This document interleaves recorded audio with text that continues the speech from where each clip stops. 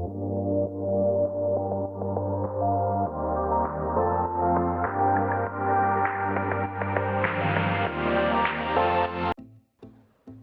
Everyone, இந்த tutorial நம்ம என்ன பார்க்க போகிறோம் அப்படின்னா, பேசிக்காக ஒரு எல்சிடி டிஸ்பிளேவை ஆர்டினோ மூலிமா கண்ட்ரோல் பண்ணி எப்படி நம்ம ஒரு லெட்டரை பிரிண்ட் பண்ணுறது அப்படின்றதான் பார்க்க போகிறோம். அதுக்கு ஃபஸ்ட்டு இந்த ப்ரோட்டீஸ்ன்ற ஆப்பை ஓப்பன் பண்ணிக்கோங்க. ஓப்பன் பண்ணிட்டுனா இந்த மாதிரி பேஜ் க்ரியேட் ஆகும். அதில் மேலே லெஃப்ட் சைட் ஃபைலில் நியூ ப்ராஜெக்ட் ஓப்பன் பண்ணிக்கோங்க. நியூ ப்ராஜெக்ட் ஓப்பன் பண்ணி நெக்ஸ்ட்டு எஸ் கொடுத்துட்டு நெக்ஸ்ட்டு கொடுத்துக்கிட்டு ஃபினிஷ்னு இருக்கும், ஃபினிஷ் கொடுத்துருங்க. ஃபினிஷ் கொடுத்தீங்கன்னா இந்த மாதிரி எம்டி பேஜ் க்ரியேட் ஆகும். எம்டி பேஜ் லெஃப்ட் சைடு இருக்க எல்லா டூல்ஸுமே நம்ம என்ன டாபிக்ஸ் வேணும், என்ன நமக்கு டூல்ஸ் வேணுமோ அது எல்லாமே யூஸ் பண்ணிக்கலாம். லைக் கெப்பாசிட்டர், ரெசிஸ்டரு, நமக்கு என்னென்ன தேவையோ அது எல்லாத்தையுமே யூஸ் பண்ணிக்கலாம். இப்போ நமக்கு தேவையானது ஆர்டினோவும் எல்சிடி டிஸ்பிளே மட்டும்தான் யூஸ் பண்ணுறனால அந்த இது கொடுத்துட்டு இங்கே பி அப்படின்ற இருக்கும், அதை கொடுத்துட்டு இந்த கீவேர்ட்ஸில் ஆர்டினோ அப்படின்னு சர்ச் பண்ணிங்க அப்படின்னா ஆர்டினோ யூனோ அப்படின்ற மைக்ரோ கண்ட்ரோல் யூஸ் ஆகும். அதை செலக்ட் பண்ணிவிட்டு கீழே ஓகே இருக்கும், ஓகே கொடுத்துட்டிங்க அப்படின்னா கொடுத்துட்டு இங்கே கிளிக் பண்ணிங்க அப்படின்னா அது பேஸ்ட் ஆகும். அடுத்து நமக்கு தேவையானது எல்சிடி டிஸ்பிளே, அது அப்புறம் பார்ப்போம். இப்போ ஆர்டினோ போர்டை பற்றி பார்ப்போம். A0லேருந்து A5 வரைக்கும் டோட்டலாக 6 அனலாக் பின்ஸ் இருக்குது. இங்கே 0லேருந்து 13 வரைக்கும் மொத்தம் 14 டிஜிட்டல் பின்ஸ் இருக்குது. இந்த டிஜிட்டல் பின்ஸ் தான் நம்ம எல்சிடிக்கு யூஸ் பண்ணுவோம். இதில் 0th பின்னு 1th பின்னு மட்டும் யூஸ் மோஸ்ட்லி யாரும் யூஸ் பண்ண மாட்டாங்க. ஏன்னா அது UARTன்ற கம்யூனிகேஷன் ப்ரோட்டோக்காலுக்காக, டிரான்ஸ்மிட்டர் ரிசீவர் பின்னுக்காக அதை யூஸ் பண்ணுவாங்க. 0th பின்னும் 4th பின்னும் 1 தான் அது பின்னும். மற்றபடி இந்த சைன் வேவ் போட்டிருக்க 3, 5, 6, 9, 10, 11 அப்படின்றது PWM பின்ஸ்னு சொல்லுவாங்க, பல்ஸ் வித் மாடுலேஷன். அது யூஸ் பண்ணிப்பாங்க, அது ஒன்றும் பிரச்சனை இல்லை. இப்போ அடுத்து நம்ம எல்சிடி எடுத்துக்கலாம். எல்சிடி சேம் அதே மாதிரி Pல சர்ச் பண்ணிட்டு கீவேர்ட்ஸில் எல்சிடி அப்படின்னு சர்ச் பண்ணிங்க அப்படின்னா நிறையா டாபிக்ஸ் வரும். அதில் எல்சிடி நமக்கு எந்த எல்சிடி தேவை அப்படின்னா 16x2 அப்படின்ற எல்சிடி தான் தேவை. LM016L அப்படின்ற சீரீஸில் 16x2 அப்படின்ற எல்சிடி தான் நமக்கு தேவை. அதை செலக்ட் பண்ணிட்டு ஓகே கொடுத்துருங்க. ஓகே கொடுத்துட்டீங்க அப்படின்னா அது பேஸ்ட் ஆயிரும். அடுத்து நாம் இதுக்கு சாஃப்ட்வேர் எப்படி போடுறது அப்படின்றத பார்ப்போம். 16x2 அப்படின்னா 16 ரோ 2 காலம் இருக்கிறது அப்படின்றதான் 16x2 அப்படின்றது மீனிங்.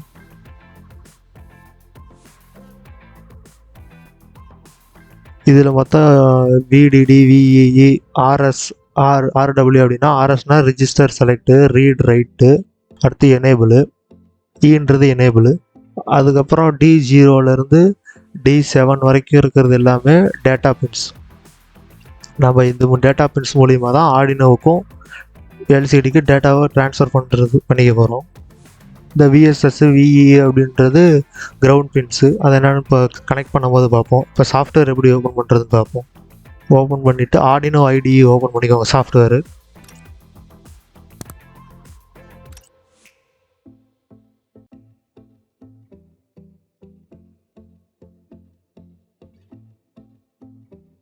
ஆர்டினோ IDE ஓப்பன் பண்ணிட்டீங்க அப்படின்னா நிறையா இன்பில்ட் லைப்ரரிஸ் நிறையா இருக்கும். இப்போ நம்ம எல்சிடி அப்படின்றனால எல்சிடிக்கு ஃபஸ்ட்டாக ஓப்பன் பண்ணுறீங்க அப்படின்னா லைப்ரரிஸ் இருக்காது. நாம் தான் எக்ஸ்டர்னல் லைப்ரரிஸ் இன்பில்டாக டவுன்லோட் பண்ணுற மாதிரி இருக்கும். அதுக்கு டூல்ஸில் போயிட்டு மேனேஜ் லைப்ரரிஸ் அப்படின்னு இருக்கும், அதை கிளிக் பண்ணிட்டீங்க அப்படின்னா ஒரு பேஜ் ஒன்று க்ரியேட் ஆகும், லோட் ஆகுது, க்ரியேட் ஆகும்.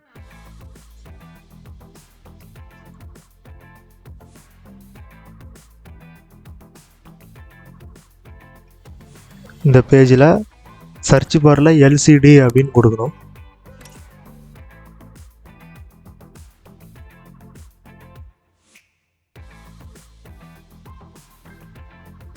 லோட் ஆகுது, வெயிட் பண்ணுங்க.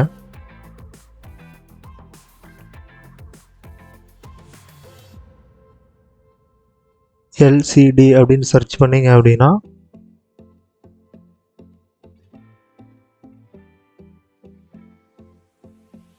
ஃபஸ்ட்டே ஒரு லிக்விட் கிறிஸ்டல் டயோ டிஸ்பிளே அப்படின்ட்டு வரும், அதுதான் எல்சிடி அப்படின்னு சொல்லுவாங்க.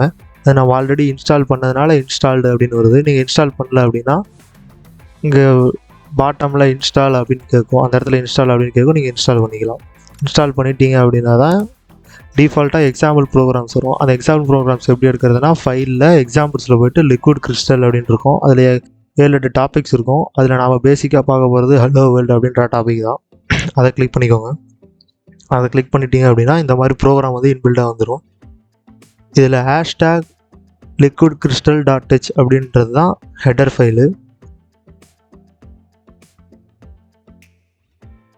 அந்த ஹெடர் ஃபைல் போட்டால் மட்டும்தான் எல்சிடிக்குன்னு நிறையா ரிஜிஸ்டர்ஸ்லாம் இருக்கும். அந்த ரிஜிஸ்டர்ஸ்லாம் அந்த ஹெடர் ஃபைலுக்குள்ளே தான் வச்சுருப்பாங்க, இன்பில்டாக க்ரியேட் பண்ணி அவங்களே வச்சுருப்பாங்க. அடுத்து கீழே வந்தால் லிக்விட் கிறிஸ்டல் எல்சிடி அப்படின்றத நம்ம பின் டிக்ளரேஷன் எல்லாமே கொடுக்கணும். எந்தெந்த ரீட் ரைட்டு, எந்தெந்த பின்னில் எந்தெந்த கனெக்ஷன் கொடுக்க போகிறோம் அப்படின்றத பின் டிக்ளரேஷன் லிக்விட் கிறிஸ்டல் எல்சிடி அப்படின்றது தான் கொடுக்க போகிறோம். RSC enable 4 data pins D4 D5 D6 D7 5 4 3 2 அப்படின்ற பின்னில் நம்ம கனெக்ஷன் கொடுக்க போகிறோம். அடுத்து வாய்டு செட்டப்பு LCD.begin 16,2 அப்படின்னு சொல்லியிருந்தது இல்லையா, 16,2ன்றது தான் எல்சிடியோட ப்ரீ இனிஷியலைசேஷன் பண்ணும். LCD.begin கொடுத்தா மட்டும்தான் அந்த எல்சிடி ஒர்க் ஆகும். அடுத்து LCD.print. LCD.printன்றது இன்பில்ட் கமாண்ட். இந்த இன்பில்ட் கமாண்டில் நம்ம என்ன எல்சிடியில் பிரிண்ட் பண்ண நினைக்கிறோம் அப்படின்றத LCD.print கொடுத்து எந்த சென்டென்ஸோ அதை கொடுத்தீங்கன்னா அது இன்பில்டாக பிரிண்ட் ஆயிரும் ஆட்டோமேட்டிக்காக. அடுத்து வாய்ட் லூப்பில் LCD.setCursor 0,1 அப்படின்னு கொடுத்துருக்கு. setCursor அப்படின்னா 16th row to 02 காலம் அப்படின்னு இருக்கும். அந்த 2 காலத்தில் எந்த காலத்தில் இது வந்து கீழே டைம் செகண்ட்ஸ் படி டைம் ஓடிட்டுருக்கும் 0 1 2 3 அது எங்கே பிரிண்ட் ஆகணும் அப்படின்ற setCursor தான் அங்கே 0,1 அப்படின்னு கொடுத்துருப்பாங்க.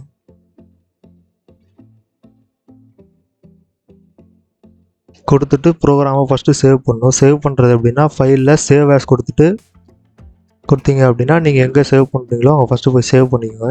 நான் ஆல்ரெடி சேவ் பண்ணிவிட்டேன். சேவ் பண்ணிவிட்டு அந்த டிக் அப்படின்ற சிம்பிளில் தான் கம்பைல் பண்ணணும். ஃபஸ்ட்டு கம்பைல் பண்ணுறது எப்படின்னா கீழே அந்த க்ரீன் கலர் இது ஃபுல்லாக கம்ப்ளீட் ஆனதுக்கப்புறம் தான் கம்பைல் ஆகிடுச்சு, ப்ரோக்ராம் ஏதோ எரர் இருக்கா என்ன அப்படின்றது ஃபுல்லாக நமக்கு தெரியும்.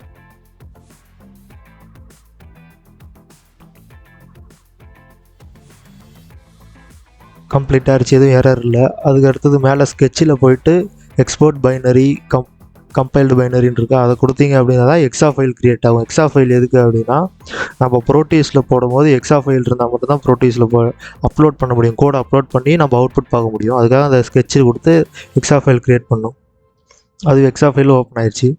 இப்போ ப்ரோட்டீஸில் போயிட்டு நம்ம கனெக்ஷன் கொடுக்கணும்.